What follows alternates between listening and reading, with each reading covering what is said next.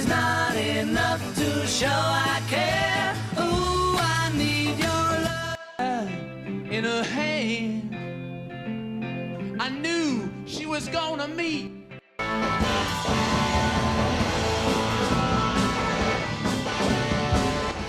One rumor nearly destroyed a band that sold millions of records in the 70s. Are you fascinated?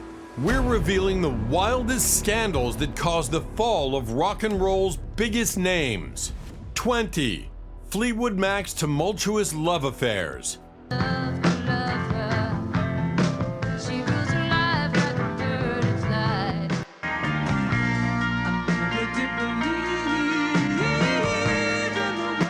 Did you know that Fleetwood Mac's chart-topping success was shadowed by intense personal drama? The band's internal relationships were a whirlwind of love and betrayal. In the mid-1970s, Fleetwood Mac was not just making headlines for their music, but also for their complex romantic entanglements. Christine McVie, the band's keyboardist, was married to bassist John McVie. However, their marriage hit turbulent waters when Christine began an affair with the band's sound engineer, Martin Birch. This led to their divorce in 1976, yet they continued to perform together, showcasing a remarkable, albeit strained, professionalism. Adding to the band's intricate dynamics, Stevie Nicks and drummer Mick Fleetwood embarked on a clandestine affair in the late 70s. Both were involved with other partners at the time, making their relationship even more controversial.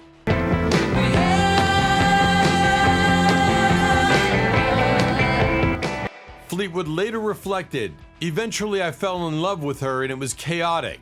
A crazy love affair that went on longer than any of us really remember." These overlapping relationships created a web of emotional tension that seeped into their music, most notably in the album Rumours. 19. Deep Purple's revolving door of members.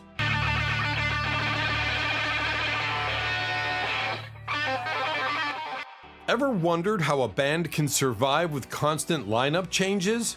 Deep Purple's journey through the 70s was a testament to resilience amid chaos.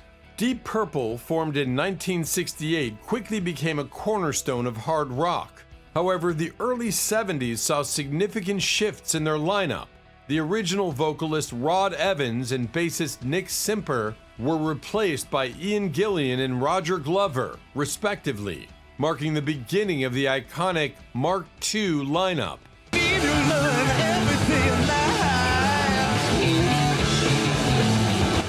This era produced classics like Smoke on the Water and Highway Star. Despite their success, internal tensions led to further changes. Guitarist Ritchie Blackmore's departure in 1975 introduced Tommy Bolin into the mix. Tragically, Bolin's tenure was short-lived due to his untimely death in 1976. Fun fact, did you know that Deep Purple was once listed in the Guinness Book of World Records as the globe's loudest band?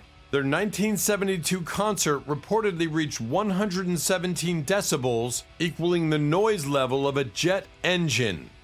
18. The Eagles' explosive onstage confrontation.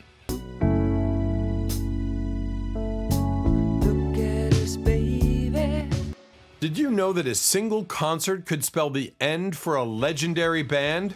The Eagles' infamous 1980 performance did just that.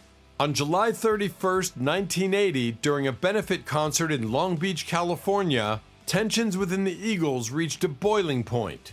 Guitarist Don Felder made a dismissive remark to Senator Alan Cranston's wife, prompting a heated exchange with Glenn Frey. Frey recalled, "We're out there singing Best of My Love, but inside both of us are thinking, as soon as this is over, I'm gonna kill him." The animosity was palpable, with Felder reportedly telling Frey, "Only 3 more songs till I kick your ass, pal." The performance concluded without physical altercation, but the damage was done. The band disbanded shortly after, marking the end of an era. How your new life didn't change things.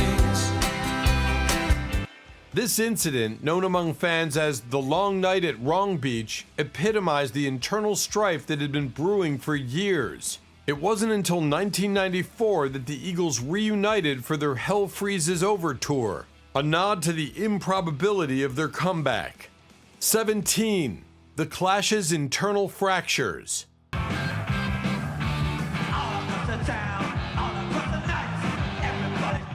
Ever wondered how internal discord can dismantle a revolutionary band? The Clash's story is a compelling example. Formed in 1976, The Clash became a defining force in punk rock. However, by the early 80s, creative differences and personal conflicts began to erode the band's unity. Drummer Topper Headon was dismissed in 1982 due to heroin addiction, a move that frontman Joe Strummer later identified as the beginning of the end. To me, the day it fell apart was when we kicked out Topper.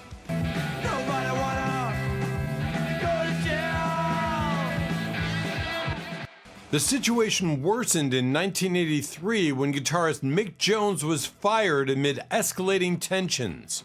Bassist Paul Simonon explained, "We felt we've had enough.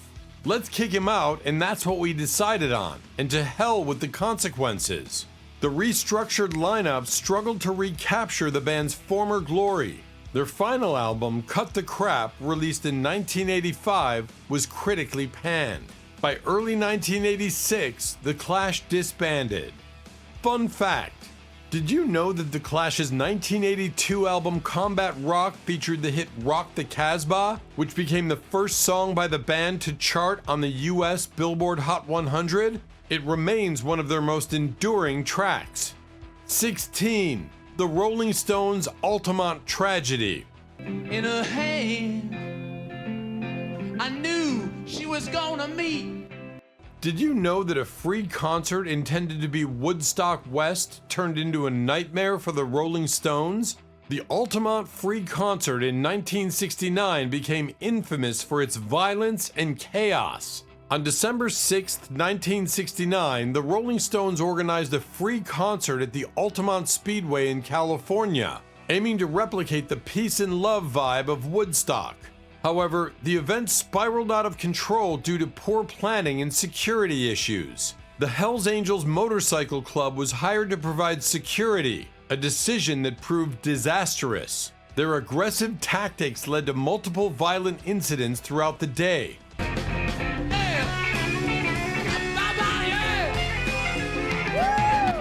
The most tragic moment occurred during the Rolling Stones' performance of Under My Thumb. A scuffle broke out near the stage, and 18-year-old Meredith Hunter was fatally stabbed by a Hells Angel member. Mick Jagger later reflected, "It was the worst moment of my life." The incident was captured on film and featured in the documentary Gimme Shelter. Tired of expensive, low-effort script writers for your YouTube channel? Autoscripter.ai is the ultimate solution. Say goodbye to low-quality, poorly retention amateur scripts that fail to generate thousands of views for your channel. At a fraction of the cost, Autoscripter.ai helps your videos go viral. In just 3 steps, Autoscripter.ai creates a polished script tailored to your needs. Just input your title concept, select your tone and style. The intuitive interface makes editing and refining effortless, fast, smart, and trusted by hundreds of satisfied users who have already discovered the amazing tool. Start your free trial today and watch Autoscripter.ai transform your YouTube channel. Just click the link in the video description below now. 15. Led Zeppelin's Turbulent Tours.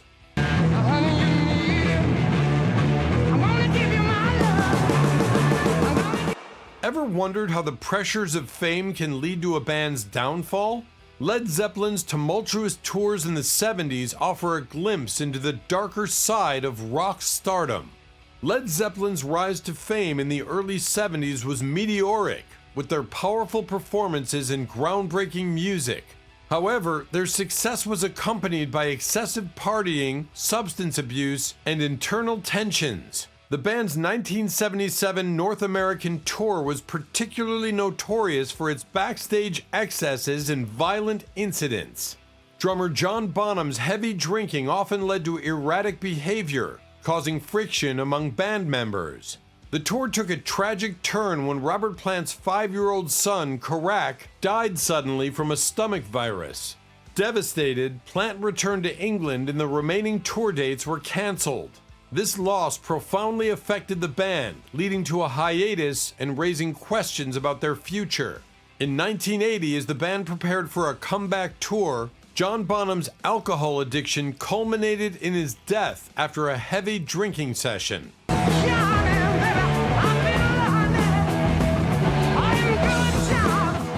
Faced with the loss of their friend and drummer, Led Zeppelin decided to disband, stating, "We wish it to be known that the loss of our dear friend and the deep respect we have for his family, together with the sense of undivided harmony felt by ourselves and our manager, have led us to decide that we could not continue as we were." Fun fact, did you know that Led Zeppelin's iconic song Stairway to Heaven was never released as a single? Despite this, it remains one of the most requested and played songs on FM radio stations in the United States. 14. The Who's Destructive Antics.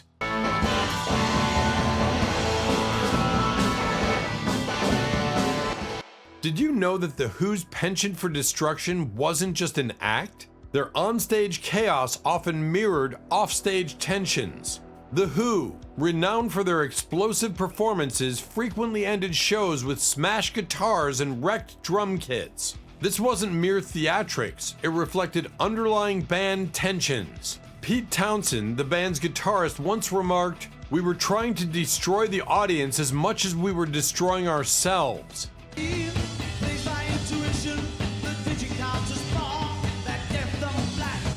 Offstage, the band's relationships were equally volatile. Drummer Keith Moon's wild lifestyle led to erratic behavior, straining his relationship with the other members. His excessive partying and substance abuse created a rift, making collaboration challenging. The culmination of these tensions was evident during the recording of their 1978 album, Who Are You? Sessions were marred by conflicts, and Moon's declining health affected his performance. Tragically, he passed away shortly after the album's release, marking a turning point for the band. 13. The Beach Boys' Family Feuds.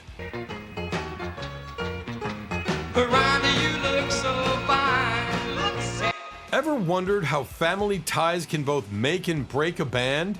The Beach Boys' internal conflicts offer a compelling case. The Beach Boys, formed by brothers Brian, Dennis, and Carl Wilson, their cousin Mike Love, and friend Al Jardine, epitomized the California sound.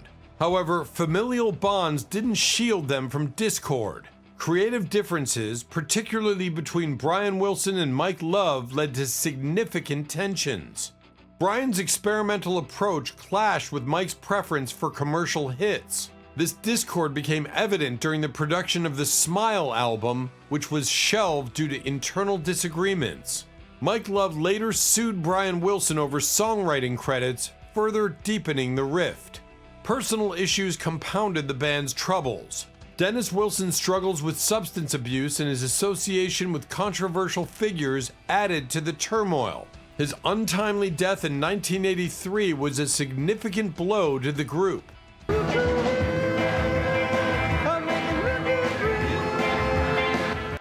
Fun fact, did you know that the Beach Boys album Pet Sounds is often hailed as one of the greatest albums of all time? Its innovative production techniques influenced countless artists, including the Beatles. 12. The Byrds' Internal Turmoil.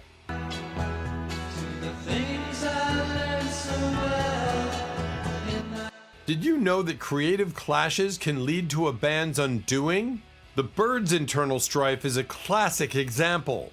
Formed in 1964, the Byrds quickly rose to fame with hits like Mr. Tambourine Man. However, by 1967, tensions were mounting, particularly involving David Crosby. His growing influence and differing artistic vision created friction within the group.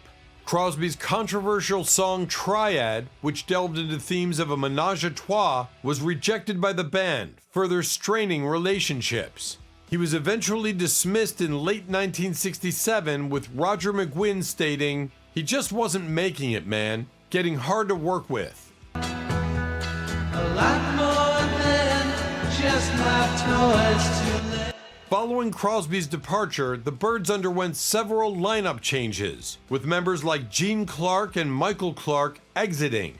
These shifts disrupted the band's cohesion, leading to a decline in their creative output. By 1973, the original members briefly reunited for a final album, but the magic was gone, and they disbanded shortly after. 11. Cream's fiery disputes.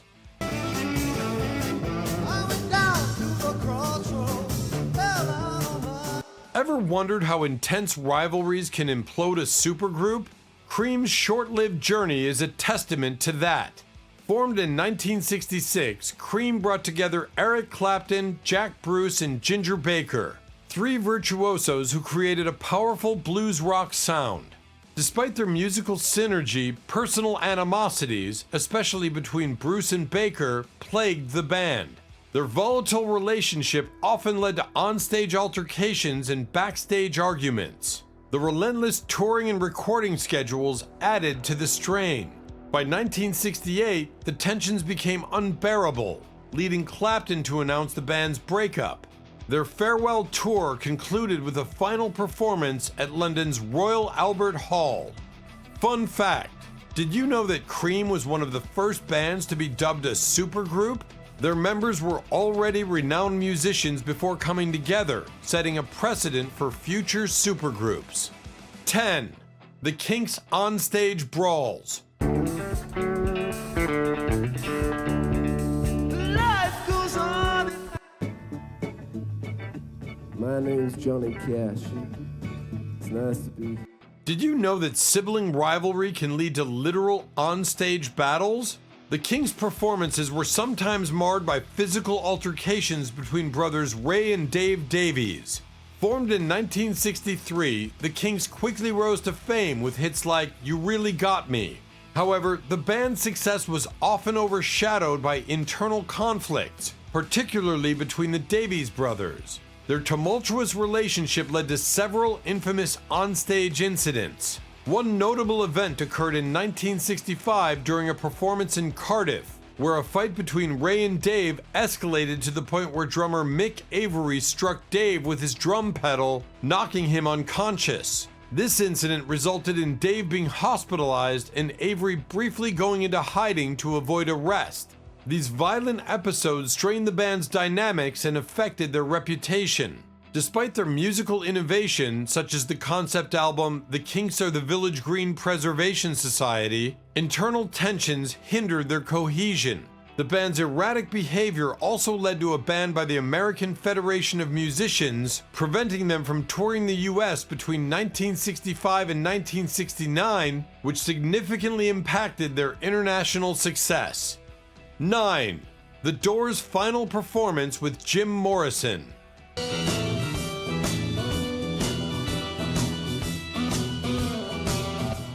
Ever wondered how a single performance can mark the end of an era? The Doors' last concert with Jim Morrison was a chaotic finale to their tumultuous journey. On December 12, 1970, the Doors took the stage at the Warehouse in New Orleans. By this time, Jim Morrison's excessive drinking had begun to affect his performances. During this final show, Morrison struggled with forgotten lyrics and erratic behavior, culminating in him slamming the microphone stand into the stage repeatedly before walking off. This erratic display led the band members to conclude that they could no longer perform live with Morrison, effectively ending their touring career. Take me to Portugal, take me to... Following this performance, Morrison moved to Paris in March 1971 to focus on his writing. Tragically, he was found dead in his apartment on July 3, 1971 at the age of 27, joining the infamous 27 Club. The exact cause of his death remains a subject of speculation, as no autopsy was performed. The Doors attempted to continue without Morrison, releasing 2 albums with keyboardist Ray Manzarek and guitarist Robbie Krieger sharing vocal duties. However, they struggled to maintain their previous success and eventually disbanded in 1973. Fun fact: did you know that Jim Morrison's nickname, Mr. Mojo Risin', is an anagram of his name? He used this pseudonym in the song LA Woman, adding to his enigmatic persona. 8. The band's farewell with the Last Waltz. It's a mountain, you know where I wanna go. Straight. Did you know that the band's legendary farewell concert almost didn't happen? Internal tensions and personal struggles had pushed the group to their breaking point. By 1976, after 16 years of relentless touring and recording, the band faced mounting internal pressures. Robbie Robertson, the group's guitarist and primary songwriter, expressed a desire to cease touring, citing the toll it took on their health and relationships. He remarked, "The road has taken a lot of the great ones. Hank Williams, Buddy Holly, Otis Redding, Janis, Jimi Hendrix, Elvis. It's a goddamn impossible way of life." To mark the end of their touring era, the band organized a grand farewell concert, The Last Waltz, held on Thanksgiving Day, November 25, 1976, at San Francisco's Winterland Ballroom. The event featured a star-studded lineup including Bob Dylan, Eric Clapton, and Joni Mitchell, celebrating the band's influential career. The concert was later immortalized in Martin Scorsese's acclaimed documentary, The Last Waltz. 7. Sly and the Family Stone's internal chaos.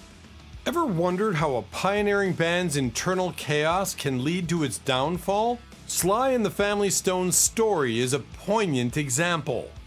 Formed in 1966, Sly and the Family Stone broke barriers with their racially integrated mixed-gender lineup and innovative fusion of funk, soul, and rock. Their message of unity and social consciousness resonated widely, producing hits like Everyday People and Dance to the Music.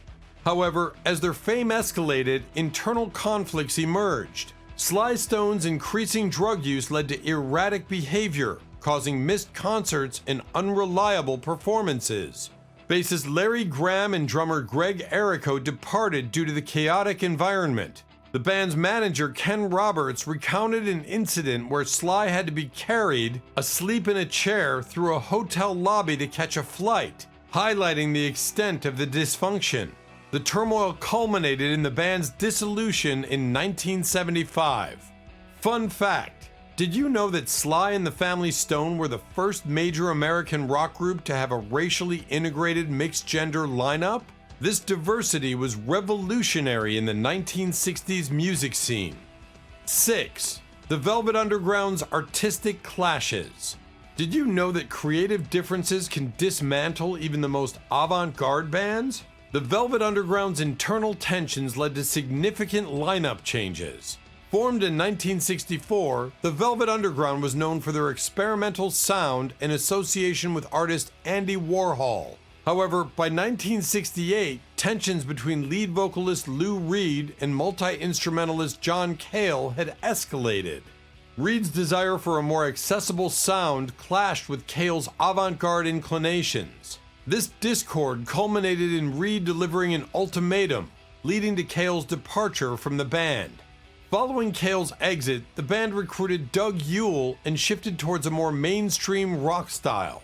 Despite releasing influential albums like The Velvet Underground, 1969, and Loaded, 1970, commercial success remained elusive.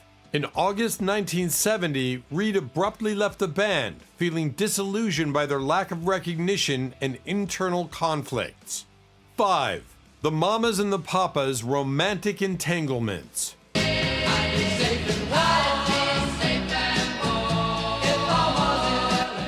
Ever wondered how complex love affairs can unravel a band's harmony?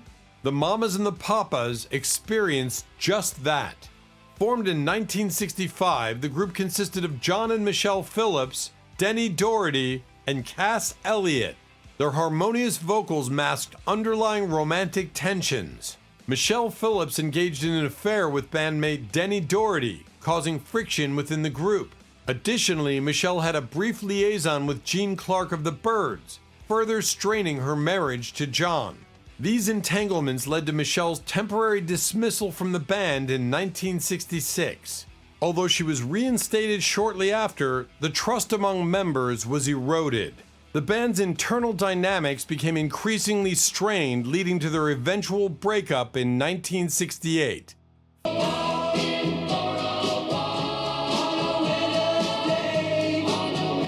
Fun fact: did you know that the Velvet Underground's debut album sold poorly upon release, but later became one of the most influential albums in rock history? Brian Eno famously said, "The first Velvet Underground album only sold 10,000 copies, but everyone who bought it formed a band." 4. Simon and Garfunkel's creative divergence. Neath the halo of a street light. Did you know that a film role played a pivotal part in the split of Simon and Garfunkel? Art Garfunkel's acting pursuits created a rift with Paul Simon. In the late 1960s, Art Garfunkel accepted a role in the film Catch-22, which required him to be away from the duo's musical activities. Paul Simon, left to work on their album Bridge Over Troubled Water alone, felt abandoned. Reflecting on this period, Simon noted, "It was a recipe for the breakup of Simon and Garfunkel." Of silence. Fool, said I, you do not know. The strain intensified when Garfunkel took another acting role in Carnal Knowledge, further delaying their musical projects. These decisions led to feelings of betrayal and miscommunication. Their final studio album, Bridge Over Troubled Water, released in 1970, became a massive success, but the partnership was already fractured. The duo officially parted ways later that year. Over the years, Simon and Garfunkel reunited sporadically, notably for a free concert in Central Park in 1981. 3. The Everly Brothers' onstage implosion. In my arms when I want you to tell me why you. Ever wondered how sibling rivalry can lead to a dramatic public breakup? The Everly Brothers' split was as sensational as their harmonies. By the early 1970s, Don and Phil Everly's relationship had become increasingly strained, exacerbated by substance abuse issues. Their tensions culminated on July 14, 1973, at a performance at Knott's Berry Farm in California. Mid-show, Phil smashed his guitar and stormed off stage, leaving Don to finish the set alone. Don then announced the Everly Brothers died 10 years ago. This dramatic exit marked the end of their collaboration for a decade. I need you so that I. Both pursued solo careers, but with limited success. In 1983, they reconciled and performed a reunion concert at the Royal Albert Hall in London, reigniting interest in their music. Despite occasional performances thereafter, the brothers' relationship remained complex until Phil's passing in 2014. Fun fact: did you know that the Everly Brothers were the first to hit #1 on the Billboard Hot 100 with Wake Up Little Susie in 1957? They paved the way for many artists, including Simon and Garfunkel, who cited them as a major influence. 2. The Beatles' tumultuous breakup.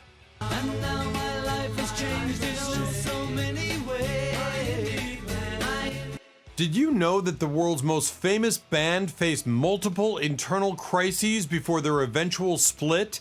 The Beatles' journey to disbandment was fraught with personal and professional challenges. The Beatles, comprising John Lennon, Paul McCartney, George Harrison, and Ringo Starr, revolutionized music in the 1960s. However, by 1970, several factors led to their dissolution.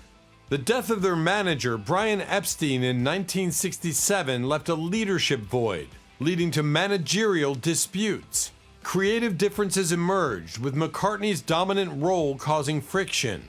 Lennon's relationship with Yoko Ono introduced new dynamics as she became a constant presence during recording sessions. Additionally, Harrison's growing songwriting contributions added to the complexity.